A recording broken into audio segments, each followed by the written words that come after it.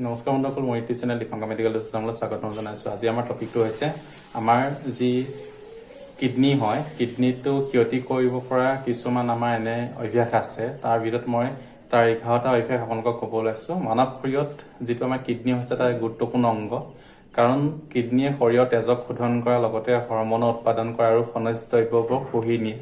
ইউৰিনৰ উৎপাদন কৰে, টক্সিন পদাৰ্থবোৰ আঁতৰাই এচিড কমাই থাকে।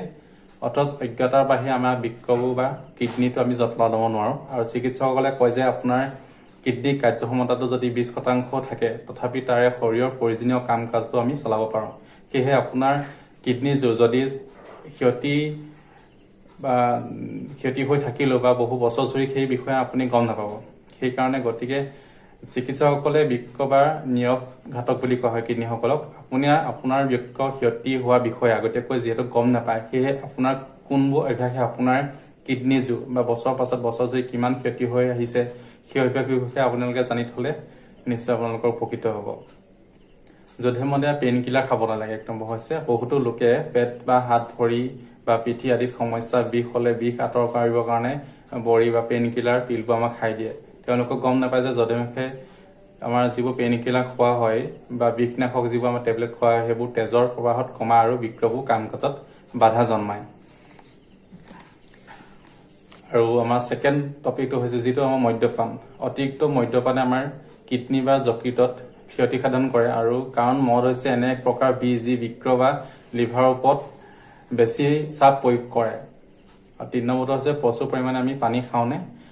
যদি কিডনীত উল্লেখযোগ্য কাম হ'ল কিছুমান শৰীৰৰ তেজ শোধন কৰি বিষাক্ত পদাৰ্থবোৰ শৰীৰৰ পৰা বাহিৰ কৰি দিয়া হয়, আৰু ধৰি লওক আপুনি গোটেই দিন ধৰি যদি পানী খোৱা নাই, তেনেস্থলত আপোনাৰ শৰীৰত বিষাক্ত পদাৰ্থবোৰ জমা হৈ থাকি আপোনাৰ শৰীৰটোত ভয়ানক ক্ষতি সাধন কৰিব পাৰে। কাৰণ পানী অবিহনে কিডনীয়ে শৰীৰৰ বিষাক্ত দ্ৰব্যবোৰ প্ৰস্ৰাৱৰ জৰিয়তে শৰীৰটোৰ পৰা বাহিৰ কৰিব নোৱাৰে। 4 নম্বৰ পইণ্টটো হৈছে বেছি নিমখ খায় নেকি। শৰীৰটোৰ কাম কাজ চলাই নিবলৈ নিশ্চয় কিছু পৰিমাণৰ নিমখৰ প্ৰয়োজন হয়। পিছে আপুনি যদি বহুত বেছি পৰিমাণৰ নিমখ গ্ৰহণ কৰে, তেন্তে সেই অতিৰিক্ত নিমখৰ ফলত আপোনাৰ ৰক্তচাপ যদি বাঢ়ি যায় বা বাঢ়ি যাব, তেতিয়া আপোনাৰ উচ্চ ৰক্তচাপে আপোনাৰ কিডনীৰ ওপৰত বহুতখিনি প্ৰভাৱ পেলাব পাৰে। তাৰ ফলত আমাৰ কিডনী ক্ষতিসাধন হ'ব পাৰে। প্ৰাকৃতিক প্ৰয়োজনত আপুনি সহায় দিয়েনে? কিছুমান এনে বহুতো লোক আছে, বিশেষকৈ মহিলাসকলে ৰাজহুৱা বা অনাময় গৃহবোৰত লেতেৰা হৈ থকা ভয়ত প্ৰাকৃতিক প্ৰয়োজনবোৰত সহায় নিদিয়ে। আচলতে এনেকৈ দীৰ্ঘ সময় যদি আপুনি প্ৰস্ৰাৱটো বন্ধ কৰি ৰখাৰ ফলত আপোনাৰ বৃক্কত বহুতো ওপৰত চাপ বৃদ্ধি হয়। যদিহে নিয়মিতভাৱে আপুনি দীৰ্ঘ সময় জুৰি যদি প্ৰস্ৰাৱটো বন্ধ কৰি ৰাখে, তেন্তে আপোনাৰ বৃক্কটো বা কিডনী অচল হৈ বা বৃক্কত পাথৰৰ সৃষ্টি হোৱাৰ উপৰিও আপোনাৰ আন ইন্দ্ৰিয়বোৰৰ ওপৰতো থকা নিয়ন্ত্ৰণবোৰ আপুনি হেৰুৱাই পেলাব লগা হ'ব পাৰে। 6 নম্বৰ টপিকটো হৈছে যদি আমি অধিক পৰিমাণে চেনি খাওঁ নেকি। গৱেষণাৰ ফলত জনা গৈছে যে আপুনি যদি অধিক চেনিযুক্ত পানী বা নিয়মিতভাৱে গ্ৰহণ কৰি থাকে, তেন্তে আপোনাৰ প্ৰস্ৰাৱত প্ৰটিনৰ পৰিমাণটো বাঢ়ি যাব। প্ৰস্ৰাৱত প্ৰটিনত থকাৰ অৰ্থ হ'ল আপোনাৰ কিডনীয়ে ঠিকমতে কাম কাজ কৰিব পৰা নাই। আপুনি জানেনে যে আপোনাৰ ক্ষতিগ্ৰস্ত হৈ আপোনাৰ প্ৰস্ৰাৱত থকা প্ৰটিনে তাৰ আগজাননী দিছে। 7 নম্বৰ পইণ্টটো হৈছে শৰীৰত ভিটামিন আৰু খনিজ দ্ৰব্যৰ হ্ৰাস।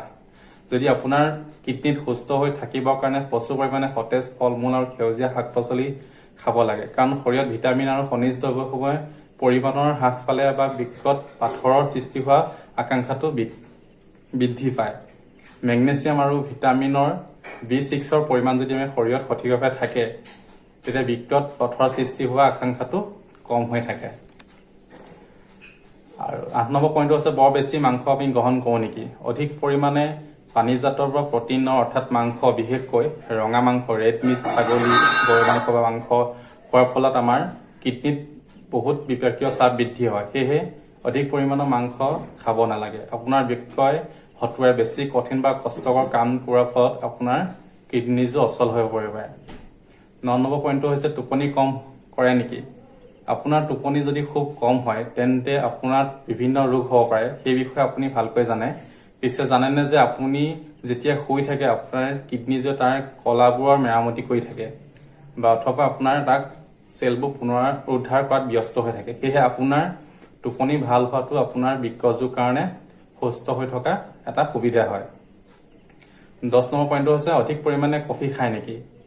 অধিক পৰিমাণে কফি খালে কফিত থকা কেফেইনে ৰক্তচাপ বঢ়ায় আৰু বৃক্কৰ ওপৰত অতিৰিক্ত চাপ দিয়ে।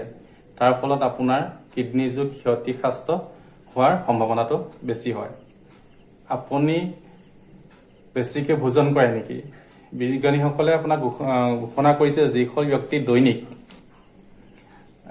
দিন 2200 কেলৰিযুক্তকৈ অধিক পৰিমাণৰ খাদ্য গ্ৰহণ কৰে তেওঁলোকৰ ব্যক্তিসকলৰ বৃক্কত পাথৰ হোৱাৰ সম্ভাৱনাটো 42% বৃদ্ধি পায়। তেনে ব্যক্তিসকলক কিডনী পাথৰ হোৱাৰ সম্ভাৱনাটো 42% বৃদ্ধি পোৱা দেখা পোৱা গৈছে। আচলতে শকত লোকসকলে বহুত বেছি পৰিমাণে চেনি, নিমখ আৰু প্ৰটিনৰ গ্ৰহণ কৰে বুলি জানিব পৰা গৈছে। যিসকলে এনেধৰণৰ খাদ্য গ্ৰহণ কৰাৰ ক্ষেত্ৰত সংযমী নহয়, প্ৰচুৰ পৰিমাণে পানী গ্ৰহণ কৰে বা ভালকৈ শুব পাৰে, তেওঁলোকৰ বৃক্ক সুস্থ হৈ থাকে। ধন্যবাদ।